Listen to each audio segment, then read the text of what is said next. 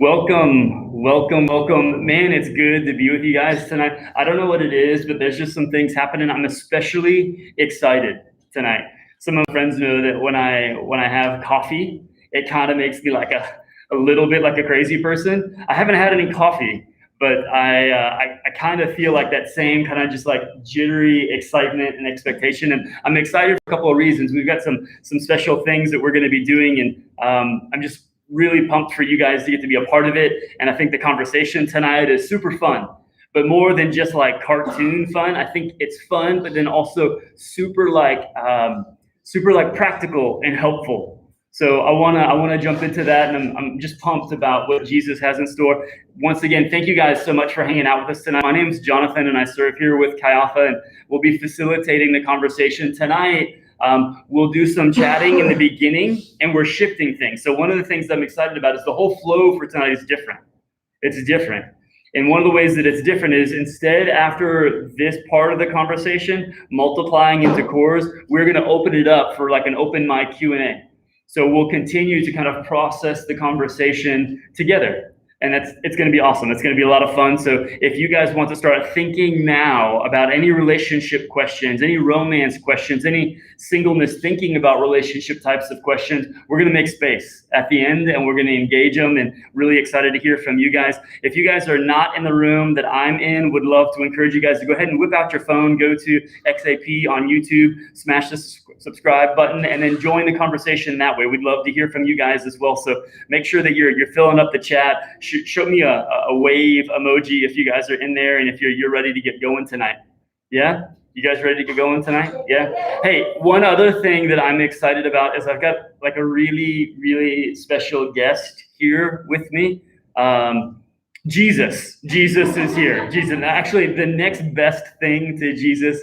Amor, would you come? I've got my really wonderful wife. She's here going to help facilitate conversation with us tonight. And we thought, since we're going to be here together, love you, baby. Since we're going to be here together, it would be maybe a bit of a fun way to get started, just with getting to know us a little bit with a silly little game. Can you guys do a game? Can we do a little bit of a game? All right, so Quentin, would you come? Would you help us with this game? I'm not sure if you guys have seen this before, but someone that doesn't like me thought that this would be funny. So what we're going to do is Alejandro and I we're going to take our shoes off, all right? So shoe off, shoe off, shoe. And the way the game goes is you get one of my shoes, and I get one of your shoes. And then I think what we have to do is we've got to stand back to back. Yeah.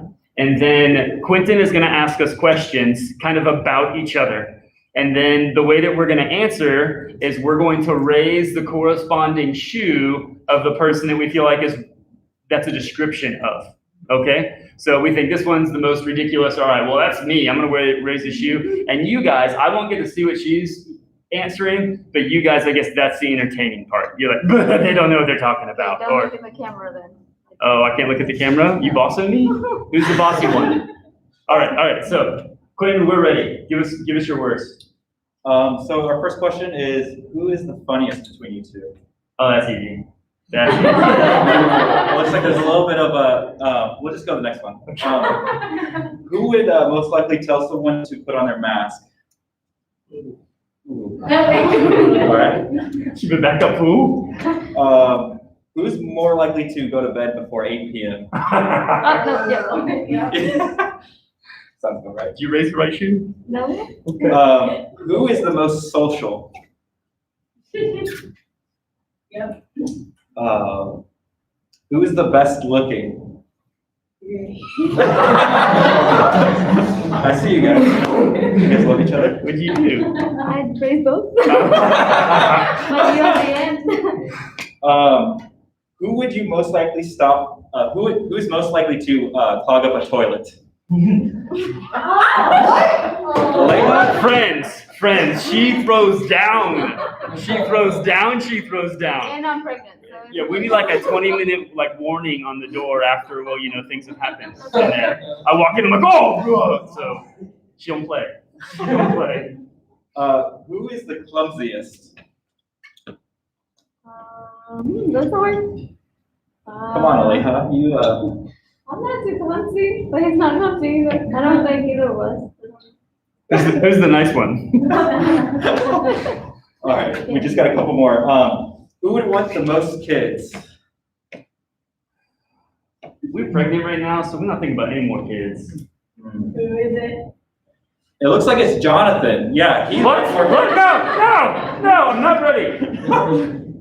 At least one more. Well, never mind. Who loves people the biggest? Who's flamboyant in their love? Who is? All right, this is the last one. Who would most likely laugh at someone embarrassing themselves? I'll repeat that. Who would most likely laugh at someone embarrassing themselves? Bro, if you're gonna do that, I'm gonna take it in. What'd you say? What? You think you? You think you? That is totally, yes, I love it. Hey, can we give Quentin a hand? Thank you very much. Hey, thank you guys. I thought that was a little bit fun. Alejandro's gonna step to the side for just a second and then jump back in a moment. Tonight, we're going to be talking about relationship in the context of romance, right? And I know that's something that none of you guys are interested in, right? Like that's just not practical at all. But it's not gonna be like rom-com romance. It's gonna be like real romance. And I don't know about you guys, but any married people in the room or people that have been in healthy relationship for any length of time would know that real romantic relationship is infinitely different than the things you see on TV. Do you know what's important to put things on TV? That they're entertaining. Do you know, like, real romantic relationship, it's not always entertaining. Sometimes it's hard. Sometimes it's deep and it's meaningful to no one else in the world except for those that are involved, but that's not entertaining. What we see on the television, yeah, that's entertaining. And if it wasn't entertaining, we wouldn't watch it. So I want to begin to just challenge for you, what sets the standards of what relationship is for you? Is it just things that you've seen? Just things that you watched? Because, like, I watched them all. And then I got married and I was like, lies. They're all lies. None of that actually happens. But when we're talking about romantic relationship, we're thinking about someone that we want to not just love in this moment, but someone that we want to say yes to spending the rest of their life with, the rest of your life with. Someone that you want to stand beside you as you're raising your kids. Someone that you want to grow old with. Someone that you'll love more when they're old and saggy than when you first said I do. When we're talking about real romance, those are some of the questions that should be coming to mind. Not just, she looks good, yeah, I hit that. But oftentimes, those are some of the things that are processing in our minds. But surprisingly, our conversation about romance doesn't begin with what we want or what we're looking for in other people. It begins with us, and it begins with Jesus. So this sounds kind of funny, but this is an analogy that's worked for me, and some of you guys have heard it before, but what I'm thinking helps the most is that we need to know that all of us, we were made for cake. Anybody in here like cake? Does anybody like cake? What I need you to do really quick is I want you to put your favorite cake in the chat. What are some of your favorite cakes? Tres leches. Tres leches, yeah, I heard that last night. Yeah, throwing down some tres leches, yeah. Red velvet. Red velvet.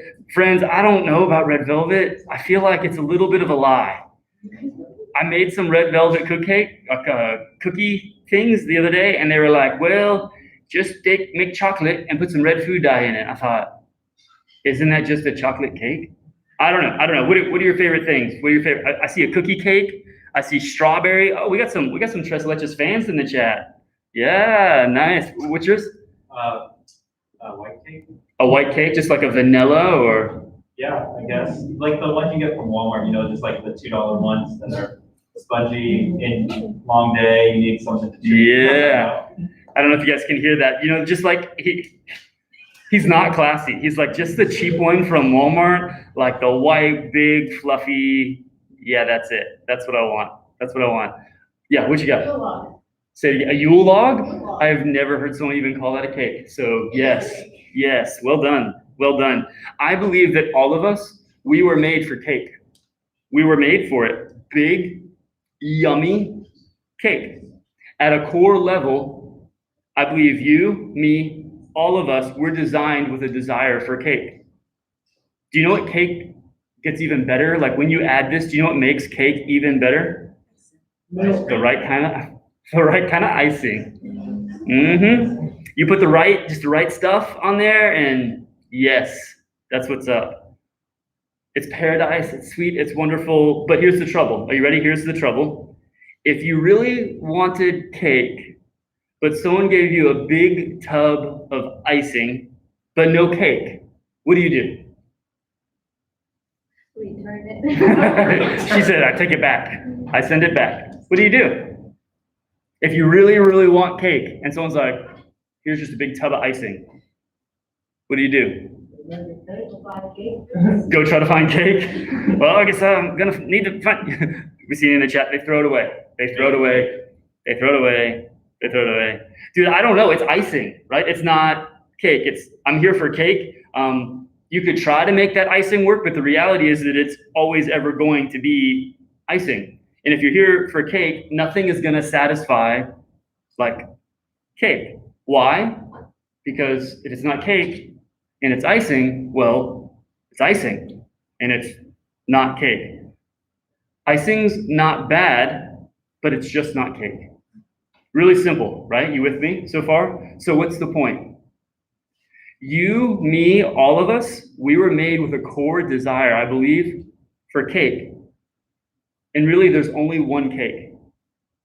The only cake that there is relationship with Jesus, relationship with God. There's no other cake.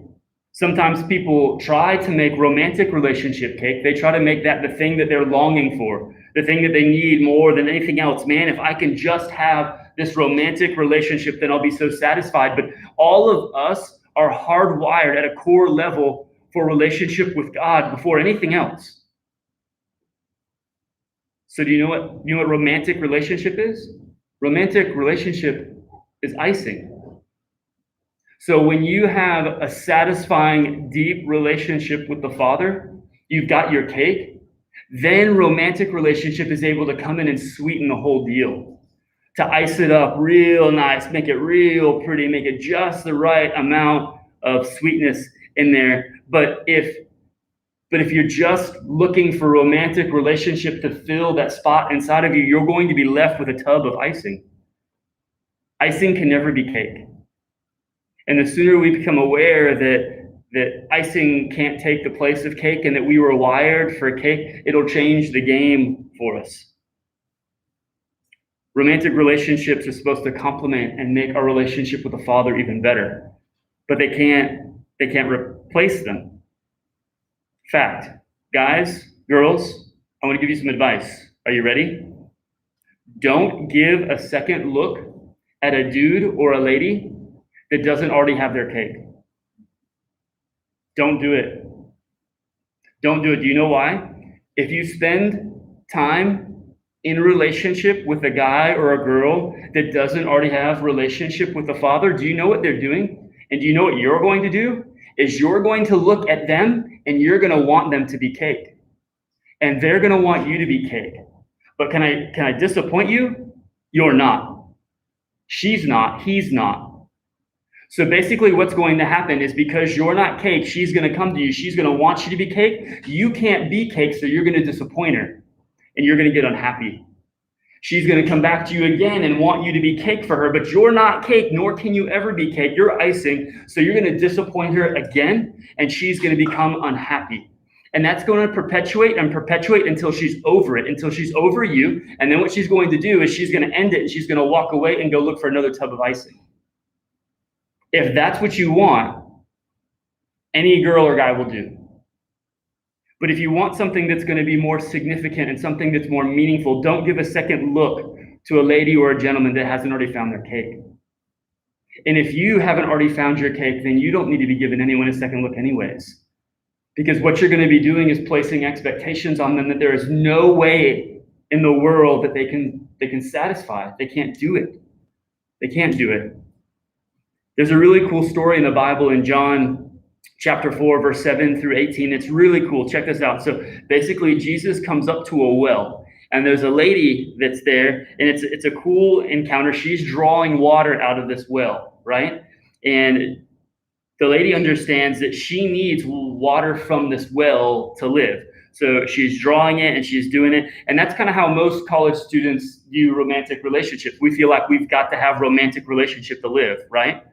Mind your toes. You guys just kind of look at me kind of quiet, like, yeah? Go ahead and put a hand emoji in the chat if you feel like that's true. Most college students, not you, maybe just your friends, live like they have to have romantic relationship like it's oxygen. Yeah? Especially around this season, Thanksgiving comes, Christmas comes. Is that true? Is that true? Can you guys interact with me just a little bit? Yeah? Yeah? Okay, 2 of you feel like that's true. Okay, we'll maybe get some more believers in a minute. So I need this to live. But Jesus says, yeah, this is water and you do need it. But what you actually need is that you need a relationship with me more than you need that water to live. So they have a cool conversation, and by the end, this lady recognizes that I do need relationship with God more than I even need this water. He says that I'll be living water for you, that you can drink this water for now, but you're going to need to come back again and back again and back again. But if you'll commit to relationship with me, it'll satisfy you in a long-term way that no water can. And she's just like, and that's what cake is supposed to do for us. Relationship with God will satisfy us in a lasting way that no romantic relationship is designed to. And this story is really cool. Check this out. She's like, oh my gosh, this is so good. I need to go tell my husband. And Jesus is like, you need to go tell who? And she's like, I'm going to go tell my husband. And he's like, who you playing? The man that you're with? That's not your husband. Her jaw drops. And she's like, what? He's like, that's not your husband. But the truth is, you've already had 5. But the man that you're living with right now, he's not your husband. This woman has got into the practice of chasing down water or icing. And it shows in her life. And Jesus calls it out that she needs something that's going to satisfy. And the only thing that's going to satisfy is, Kate, can I tell you, just as honestly as I can, that you can go from one empty relationship to another empty relationship to another empty relationship. Each one, you can have aspirations and expectations that it's going to somehow satisfy, but none of them will until you've had your cake, until you're satisfied in your relationship with God. All of these other things are just going to let you down. They're just going to be icing at best. Wrap all of that up with this idea: be satisfied in Jesus, so that romance can make life even sweeter. If you don't remember anything, remember that I want you to be satisfied in Jesus so that romance can make your life even sweeter, because that's what icing does to cake. It complements it in the most beautiful, wonderful, amazing way. But without the cake, it's just a tub of sugar and fat, which maybe is appealing, but it's certainly not cake. But say that you are satisfied. Say you are satisfied in Jesus. You found your cake. What now? I'd love to, Amor, would you come and help me? I'd love to share just some tools that I found that kind of help me walk through that process. I'm ready and I want to pursue a relationship with someone. What could that look like? What does it look like to do it in a healthy way? The first scripture that I want to drop with you, it's Matthew 6:33. If you're taking notes, go ahead and write that down. That's Matthew 6:33. I'll read it for you. It says, but seek first his kingdom and his righteousness, and all of these things will be added to you. The tool that I want to drop with you guys, it's 3 P's. And the first P comes from this Matthew 6:33, and it's the idea of before I move into relationship, I should move into prayer. Before I jump into relationship, I need to seek God in prayer. I'm not talking about like a 20-minute prayer session before you go over and start flirting. I'm talking about like 1 to 2 months to 3 months of prayer before you start engaging in this relationship. And I think one of the tricky things is, how do you know when you're starting? I think you know when you're starting by you start to feel something and you want more. If you're able to be with that person or not be with that person and it doesn't matter at all to you, safe. You're safe. You're not friend zoned, but you're safe. But the moment you start looking for them in the crowd, the moment you start noticing when they're there or when they're not there, the moment you start super creeping their social media, you needed to be praying before that. And I think that this particular step out of all the P's is super important because what you're doing is you're demonstrating lordship. What's lordship? Any thoughts? What is lordship? Letting Jesus be the boss. Perfect. She said it's letting Jesus be the boss. It's when you say that, Jesus, why don't you call the shots instead of me? And when I think a girl is really pretty and I want to begin pursuing relationship with her, but instead of doing that, I say, wait, I'm going to pause and I'm going to spend some time with my cake. And I want to hear what my cake has to say. What you're doing is you're declaring that Jesus is in fact Lord and not just what you feel and what you want in this moment. I would recommend one thing for you, and it is, yes, we want to hear Jesus say, go ahead for it, or stop, or wait, or something. But before you get there, you need to practice how to hear his voice and how to hear what he has for you. So when that time comes, at that important moment, you already know what his voice sounds like, or what he would say, or if he says no, for you to take it. So practice listening to him. During my time of prayer about Jonathan, I didn't really have the accountability that you guys have right now. Like, my church didn't encourage doing the 3 Ps or taking time, or we didn't have small groups either. I wish I had. So for you guys that do have small groups and people are teaching you about the 3 Ps, please take it and do it. Let's move into the second point, the second P. It comes from Proverbs 15, 21, and 22. Go ahead and write down Proverbs 15, 21, and 22. It says this, and listen really carefully because there's a kind of a complex comparison that happens in these Proverbs. It says, folly, yet it brings joy to those that don't have any sense. So it's like saying dumb stuff brings joy to those that don't have any sense. But whoever has understanding, yeah, that person keeps a straight course. What does that have to do with relationship? Listen to this part. Plans fail for lack of counsel, but with many advisors, they succeed. Basically, these verses are contrasting something that's just done for funsies versus something that's done with wisdom. And you can choose to enter into a relationship and give your heart away just for fun, or you can choose to enter into a relationship and give your heart away with wisdom. And I think that something that is important for me is that I want to do that with wisdom. I want to make sure that if I'm going to give my heart away, that I've considered, like, is this something that is really worth it? Because you only really have so much heart to give, right? It's a big deal. It's costly. So the second P is about involving people in the process. So as you're praying, would you invite people into that process? And I think there's a couple things that maybe you could consider with the people. I love to bring at least 3. So when you're going through your second P and you want to bring people in, I bring at least 3. And these are people that are spiritually mature and that speak into your life. Preferably people that are older than you, and it's a bonus if you can see that they have very healthy relationship in their life. And what you would do is you would go to them and you wouldn't say, hey, do you think you and Alejandra, or do you think me and Alejandra are good for each other? That's not what you're asking those people. You're asking them, hey, I'm considering a relationship with Alejandra.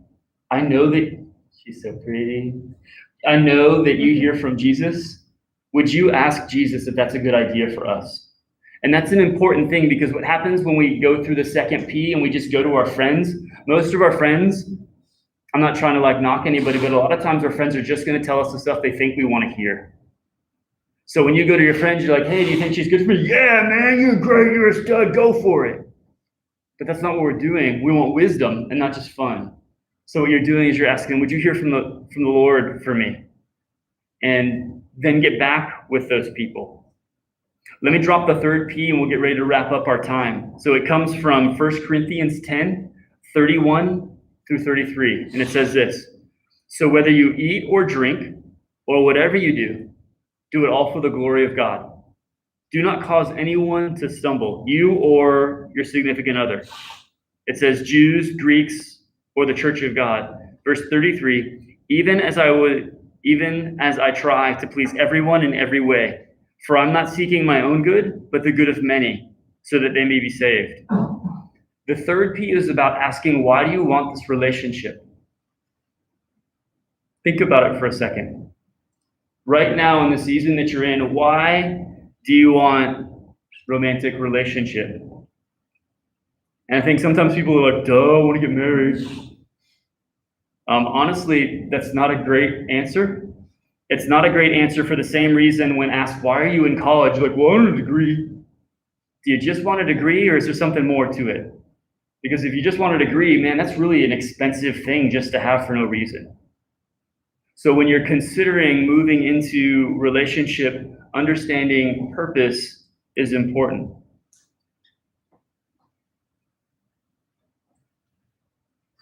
So, I hear younger people, I heard, the main reason to get married is so that they don't sin sexually. So they want to get married so that they don't sin sexually. The bad news is that we don't spend all our day long in bed. There are so many other things that happen throughout your life, like maybe him being messy and you have to deal with messiness, or maybe him picking up your toothbrush and brushing his teeth with your toothbrush. I don't know what you're talking about. So you have to deal with things like that. Or maybe he likes plants, like real alive plants so much, and he brings all of them and he wants you to take care of them, but you have no clue how. What are you saying? So it's way more than just sex. If that is your main reason, you are going to be disappointed. Guys, if you're getting married just because you want to have sex, you're going to be really disappointed. Women in your life are not just pleasure objects. Ladies, if you're just getting married because you don't want to be lonely anymore and you want someone to make you feel valuable, you're going to be disappointed. Because a man isn't designed to do that. He's icing. The Father is going to make you feel like you have someone with you. He's going to be the one that adds value to your life. So as you're considering, am I satisfied in Jesus, work through that. And when you begin to answer, yes, I've got my cake, I'm excited about my relationship with the Father, I would love to begin moving into romantic relationship, do it. Man, it's fantastic. Romantic relationship is incredible. It's incredible. But do it with wisdom. Follow the 3 Ps. Commit to a season of prayer when you declare lordship over your life. I'm going to pause before I get all on my feels and move forward. Be willing to invite people that are spiritually mature to hear the Lord with you and for you and to speak into your life. Not just people that are going to tell you what you want to hear. And then make sure, but before you start spitting game with this lady or leading her to believe things or flirting with that gentleman because you hot, make sure you understand what you want for that relationship. Because if it's just to make you feel good, you're selfish. And selfish has a pretty short expiration date. And it's pretty clear that selfishness in relationship is going to create toxicity and it's going to poison that relationship. So make sure you pray, you consider people and purpose, and that's how you'll move into relationship with wisdom. So we intentionally didn't have a ton of questions in the midst of the conversation because we'd like to open it up now. So now for the next 15, 20 minutes or so, we just would like to take time and then work through some questions. So any questions that you have, I want you to just kind of begin thinking about them, and nothing is out of bounds. If you've got the guts to ask it, I've got the guts to answer it. All right. You may embarrass my wife, but I think probably not. She's pretty solid. She deals with me. Yo, what question? Is it considered adultery to have one wife, have children with them, and then divorce, then have another wife and have children with her? I think it depends on where you read in the Bible. Have you been married? No. Did you get divorced? No. I think you got some time to figure it out. I think the goal is that in relationship, divorce isn't supposed to be the plan. And I think Jesus rebukes people for citing Moses for talking about divorce. And he says it's only because your heart is hard. And if your heart is hard, whether you're married or divorced isn't really the purpose, because you've actually already lost your cake. So I think that we could talk about that, but really I think the important thing is making sure that your heart's not moving to a space where it's hard and that you've lost connection with the Father, because I think that's when divorce seems like the only option. Yo. You said marriage wasn't a great answer for the purpose. What would you say would be a great answer for Because like we weren't there when now we're on the right track. Gary Thomas wrote a book, and I'll let you answer too. Gary Thomas wrote a cool book, and in that book he said, marriage isn't to make you happy, it's to make you holy. So if you enter into marriage because you think that this person's just going to make you happy, you're going to be disappointed, and really that's a selfish motive, right? What can I get from this thing? Happiness. But if you enter into this relationship because you want the Father to expose selfishness in you, and you want to learn how to be a better servant to someone, I would say those are probably pretty solid reasons to enter into a relationship. But that's Jonathan's. I think that each of you guys have to walk through that season of determining purpose where you're hearing from the Lord and he's helping you understand what does purpose look like in relationship. Austin, do you have a thought? I was wondering if they heard it in the chat. In the Oh, okay, thank you. I'll make sure that I say them next. We've got some hopping up in the chat. Let me see. One question is, what's something you wish you would have known about each other before married? What would you have liked to have known? Aside from, I'm going to bring plants home and expect you to take care of them. I guess that he would like organization so much. Like he just cared about things being in place so much. Okay. Something I think that I would have liked to know about Alejandra is that it's not unusual for her to be doing one thing for a couple minutes and then just completely space and then start doing something else and then kind of be doing something else. And then I come back and I see this kind of one thing kind of halfway kind of, and I'm like, baby, what are you doing? What? Like, what are you doing over here? I'm working on it. I'm working on it. And you working on that over there too? Yeah. So I think that would have been fun to know. It's called multitasking. Okay. All right. Let's see.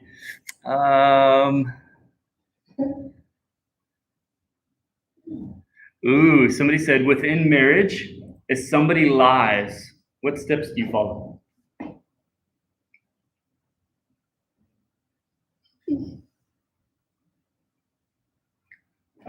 This is really complex. You ready, gentlemen? I'm going to say it once, and I want you guys all to repeat after me, all gentlemen. And if gentlemen, you want to repeat it in the chat, that's good. I'm sorry. With me. I'm sorry. Okay? I didn't see anyone post it in the chat, but hopefully it's coming. That's not because you're weak or because you're stupid or whatever, but it's because a real man is willing to admit when he's wrong. And if you lie, that's wrong. That's sin. And I don't know that you can undo it or that you can fix it, but you can say, I'm sorry. Would you forgive me? Would you say anything different? I think being willing to confess what happened, because when we lie, we generally obviously don't say, yeah, that was a lie, but just confessing. There was another question that came in a little bit earlier. It says, what are some of the best ways to maintain healthy communication within relationships? Because healthy communication is essential for healthy relationship, right? Think about it, I'll jump in and then you can add to it. For me, I feel like healthy communication is actually less about communication and it's more about expectations. It's more about having clear, agreed upon expectation, because when people oftentimes have expectations that aren't met, what happens is we have an emotional response to that. We're frustrated or we feel let down or whatever, and all of those things affect the way that we communicate with each other. And we're not just talking about romantic relationship alone. This is, if you're a single dude or lady, this is the same thing, and it affects your communication in the same way. That when you have expectations for someone in a relationship and they don't meet those expectations, then communication is instantly strained and then sometimes separated. So I feel like one of the first steps to having just healthy communication is making sure that in the beginning, you guys have clear expectations for each other. Are you going to do ... When you say ... you actually mean such and such. And what that does is it helps us operate together as one, instead of both of us kind of going different ways. Mm-hmm. I'd say allowing yourself to being vulnerable, and just sometimes lies in our head say, oh, if I say this, I'm gonna seem like I'm weak or I'm not smart or whatever. So just allowing yourself to really share what's going on in your heart and in your head. Awesome. Somebody just threw up in the chat. I appreciate this, Jay. This is fantastic. She's writing just kind of in general, how do you know if you need to leave a relationship for any reason? Like, what are signs that you should look for? I've seen it in the restrooms at SMP. It says if somebody kind of keeps you like wants you all by himself for himself, so takes you away from friends and takes you away from family and like just controlling. That would be like the SMP answer. I think something that I consider, and I'm not sure if this is exactly what you're looking for, Jay, but I feel like if I'm identifying that this individual, or even if I am more in it for myself than I am for the other person, that's probably a sign that we don't need to be in this relationship. If you feel like the actions that are being expressed are more about him getting his or you getting yours, then it's probably a safe bet that things are happening with your cake that are out of alignment, and you probably should step back from that relationship. I don't think that you guys have to be beating each other. I don't think that you have to be flirting with people. I think that you just have to be honest and saying, I'm in this relationship for what I can get versus what I can give. And if that's a shift that begins to happen, then I'd say your relationship is probably tipping towards the toxic side. And I would say that it should end. It should end if you're not willing to realign your heart and enter back into that thing as I'm here to bless and to serve you. I'm in this relationship to become a servant in a very real way, not just because I've got some good feels. There's another question that kind of came in. How do I love someone well, even when I don't feel like I'm in love? Could you guys relate to that? Does anybody relate to that? Do you have any thoughts? I think the first thing is just telling yourself, that's what Jesus said, I need to love them. So sometimes you just have to push yourself. And then forgiving. I think forgiving is important. And I agree with that. I think that love, it's not a feeling, it's a choice. It's something that sometimes we feel, but we make a decision to love people because that's a choice that we make. If we're waiting on every single day to have this emotional reaction, we're going to be really disappointed. We're going to be disappointed because Scripture says that at the core, our hearts are deceitful. Scripture says that. It says that our hearts are deceitful. What it's actually saying is that our emotions are deceitful. Our emotions aren't truth. Just because you feel something, it doesn't mean that it's true. So what we have to do is we have to decide what's true, and it's that regardless of what happens or what's going on, I'm making a commitment to love you from this day until we're both dead. Regardless of what you do or what happens, I'm deciding now that I'm going to love you. And you're going to love me, whether I'm pretty or whether I'm frustrated or whatever. A couple of days ago, I just had an awful day. I don't know if you guys ever have just like awful days. I just had a bad attitude. And it was no one's fault. It was just me having a bad attitude. No excuse, no reason. I had a bad attitude. You know what she did? She just loved me. She was kind to me. She was thoughtful to me. She inconvenienced herself for me.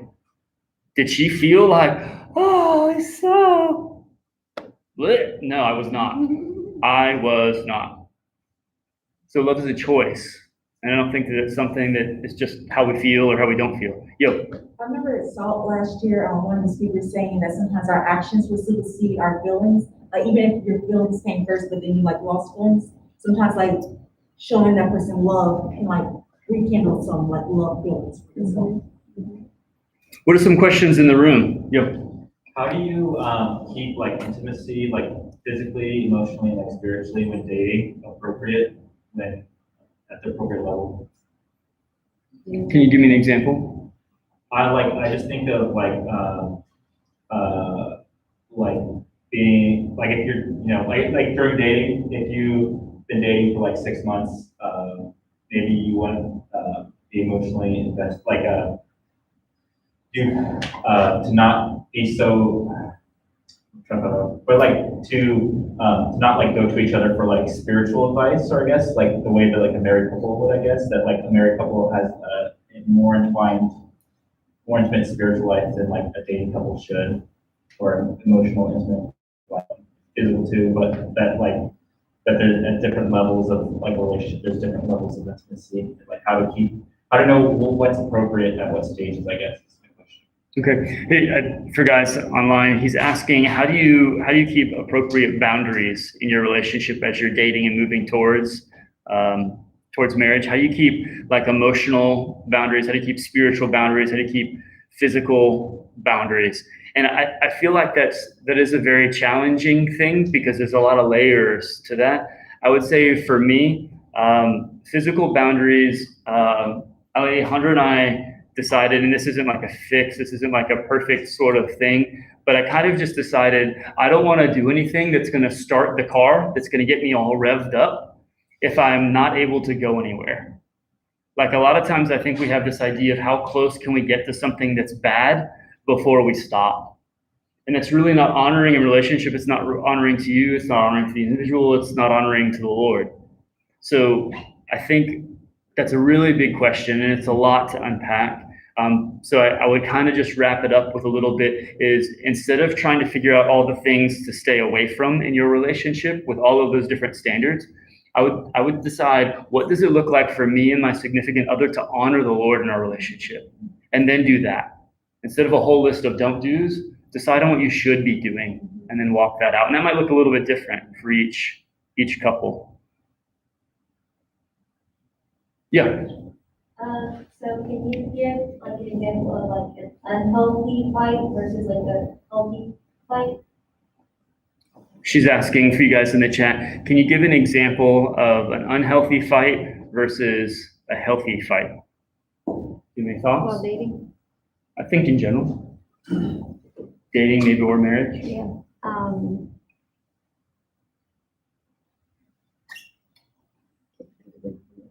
Something that comes to my mind, Rebecca, is that we are going to inevitably have disagreements.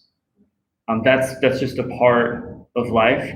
But if we are in relationship and I'm making a commitment to love and to serve you, I'm never allowed to not love and serve you. So if in the context of the fight, I'm attacking you as a person, and I'm not just like talking about like physically, but I'm attacking her value, I'm wrong in that. And it's now no longer about whatever the conflict is, it's that I've crossed the line.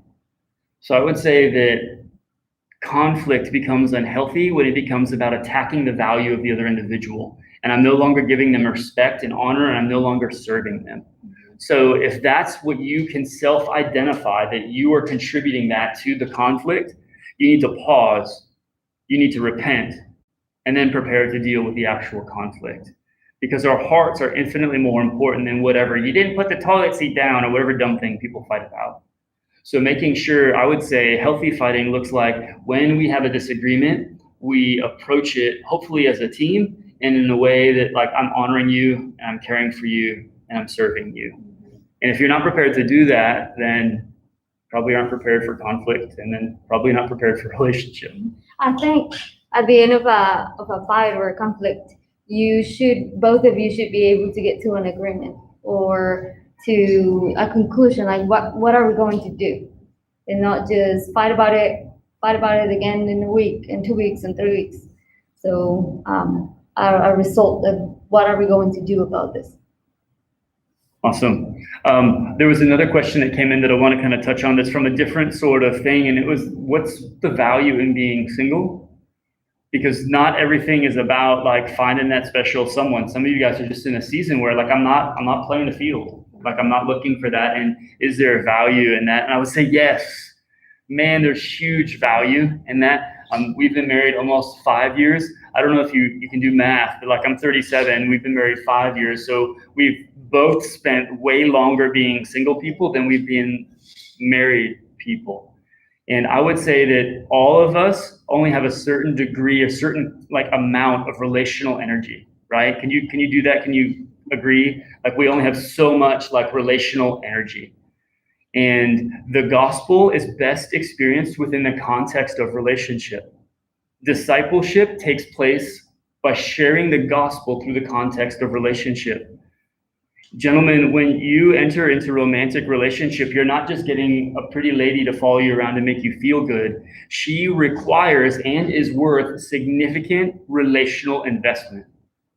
So what happens then is your overall amount of relational energy, a large portion of it goes to her, and that leaves you with way less that you're able to invest in discipling and making the gospel known elsewhere. So one of the tremendous values of singleness is that you have that whole amount of relational energy that you're able to offer to building the kingdom and making him known. So I would say that that's a win everywhere. And then Paul also says that it's way less distracting. I love this lady, and I love that fat little kid that we have. I love them. And because I love them, they take up a big portion of my thoughts and my mind. And that's less for you, and that's less for other people. And that doesn't make me bad, that just makes me different because I'm a married dude. And it makes you different when you're in a romantic relationship. So know that there's a cost when you enter into a romantic relationship. You're no longer able to love and to serve as much around. You're no longer able to make the same degree of investment to other people that are around. Would you add or change anything? Yeah, no, just Paul said, I wish everybody was like me, single and stay single so you can spend more time with Jesus. But if you can't just not be single, then get married. But he suggested be single. So enjoy this time. Enjoy it because it won't come back. I'm seeing a couple people kind of echo the question that I can't really answer, but I'll go ahead and I'll bring it up. It's the idea of the one. And how do I know if God is telling me that I should move into this relationship? Does that question resonate with anybody in here? How do I know that I should do this? You want to go first or want me to go first? I can say something. So the perfect man or woman doesn't exist, and the fights will come, and the rubbing will come, but the good days will come too. So being with Jesus first and being complete in him and being all full of him will help you deal with those little issues that will rise. It doesn't mean just go find whoever. God will need to lead you. But remember, it's not going to be a princess or a prince that's going to be standing there and be perfect all the time. So just let God guide you. That's fantastic. I want to touch this question really lightly because I only have opinion on it. I don't have any scripture on it. And I would just say that I don't know, guys, I don't know that there is like a one or the one for you. I think that we like that, and Hollywood kind of presents that there's that one, find your true love. I don't know. I would tell you that Matthew 6:33 says that if you seek first the kingdom of God and his righteousness, then he says everything. He will give you every other thing. So you know what's wild is when I met Alejandra and I began to fall in love with her, I didn't know her. I didn't know all of the details of her, and I didn't know all of the details of me. If I don't know all the details of her and all the details of me, how the heck can I choose the one if I don't know the terms? But because I chose the one, he helped lead me in that process. And as we've grown in our marriage and getting to know each other, I'm identifying that Alejandra is so many things that I need on a deep level, but never even knew to ask for. So I think the way that you find the one is being so satisfied and committed to the Father that you trust him to lead you where you need to go. And then once you get there, you're willing to take the risk of starting a relationship, because all relationships have risk, right? I don't know if any of you guys are out there or in the chat that like sometimes you're just scared, and you're scared that you don't want to step into a relationship because it might fail and it might hurt. There's not a way to avoid that. Jesus is going to make somebody just glow so you don't have to have the risk of getting hurt or hurting someone. Go. So there's a saying in Colombia, and it's something like, if you don't know where you're going, any bus you hop on will do. And so this is how you find the one, but this is so you have some guidelines of how to find a person. So when you know who you want, like what kind of character you like, or she is tall or blonde or darker hair or this or that, when you know a little bit where you're going, it's a bit easier to find the right person. Not like it's just this person, but like you have some guidelines, something to help you choose. Sometimes people ask the question, and I don't believe that there's a one, but then I also don't believe that just anyone will do. I think there are some things that you should look for, and maybe just very simple, and this is very general. If you can't love them forever the way that you find them, then you don't need to be in that relationship. A lot of times people enter into a relationship with the hope that the person's going to change, or they're going to become something else. That's wrong and that's selfish. You can't enter into a relationship with an expectation that this person is going to change with some kind of like exit clause if they don't become more of what you want them to be. You see how wrong that is? But that's like totally acceptable. I'm just gonna kind of like be in this relationship a little bit, but you said you would change and you're not changing, so like that's wrong, right? And I would say the same thing about where people are at spiritually. That if you can't say that I love who this man or woman is in their relationship with Jesus now, I would say wait for them to be in a spot where you can love who they are in their relationship with Jesus. But don't kind of like get in there a little bit and then settle or be pushing them to be something else. Likewise, as a dude, you don't need to be discipling your girlfriend. That's weird. And likewise, as a lady, you don't need to be trying to disciple your dude. That's just weird. It doesn't work well. Your dude needs to be discipled by another dude in a core, and your lady needs to be discipled by another lady in a core. So if you can't say, I can take you and I take all of you right now, then you don't need to be there. So I think part of the way that we can kind of understand, is this someone that I want to be with, is that we enter into that relationship, as we've considered the 3 Ps, kind of sober. Sober means like aware, not so intoxicated with the feelings that we can't clearly understand. Does this person actually seem like the type of person I'd like to spend forever with? Because if we're not able to do that, and then we're going to walk into something and suddenly the lights are going to turn on and it's going to be a hot mess. Cool? Other questions in the room? Yo. What is the early stages of a good, godly relationship with God? And what are some good warning signs, I guess? He was asking, what are some stages, or what are some signs of a good early godly relationship, and what are maybe some signs of it not being? You have a thought? I mean, like the traditional like Sunday school entry stuff is always, but like something that brought me to my significant other is definitely like an honoring factor. She honors me in like nearly everything I do, and I try to emulate that with honoring her as well. So like, if I was going to go back like and redate somebody, if they didn't honor that, maybe I had class, or maybe I can't stay up all night, or something, they can't honor just something tiny, that'd probably like a day. And if they're like, yeah, I'll honor that you care about this and love this, blah blah blah, then it's like, okay, that was like a big thing. Yeah, I think it's a great answer.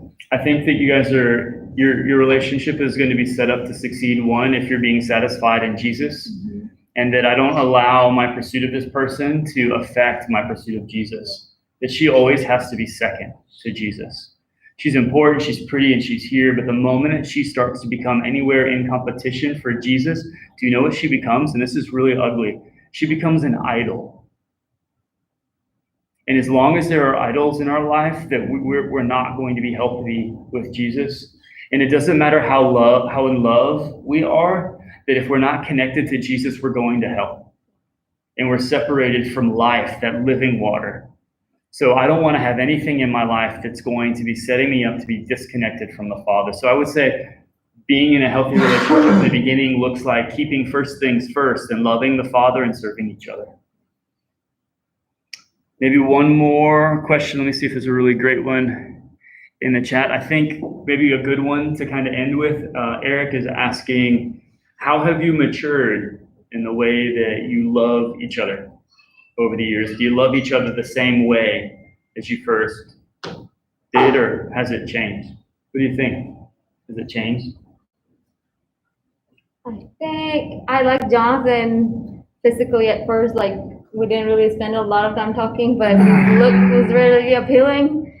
And so now when it's Christmas season and, you know, we all expand. Hey, I don't expand. I don't expand. I think we all of us, I think it's gone a lot way deeper than just physical. And it wasn't only physical because like God was leading me, but yeah, like you just learn the person so much and you learn like what's loving to him and how he can feel loved. And so that's something I've learned. I think something that's been really cool, and the way maybe my love has changed kind of in two ways. And the first way is that I feel like when I was a single dude, I spent a lot of time trying not to be selfish. And I felt like I grew to a place where like I was a healthy dude and I wanted to not be selfish and to prioritize other people and all of that. And I thought I was doing a good job, but I think when I got into a relationship and when we got married, it was like Jesus just pulled back another layer of the onion and there was all of this selfishness that I knew nothing about. Selfishness with how we were going to spend our time, and I couldn't just stay out late all the time, and I couldn't do this or that or whatever. So I think one of the ways that my love has matured is that I've had to get even more honest with myself and to identify that there are motives in me that they're motivated by selfishness. And that if I'm going to love you well, I've got to love you more than myself. I've got to love you in such a way that I'm willing to lay my life down for you.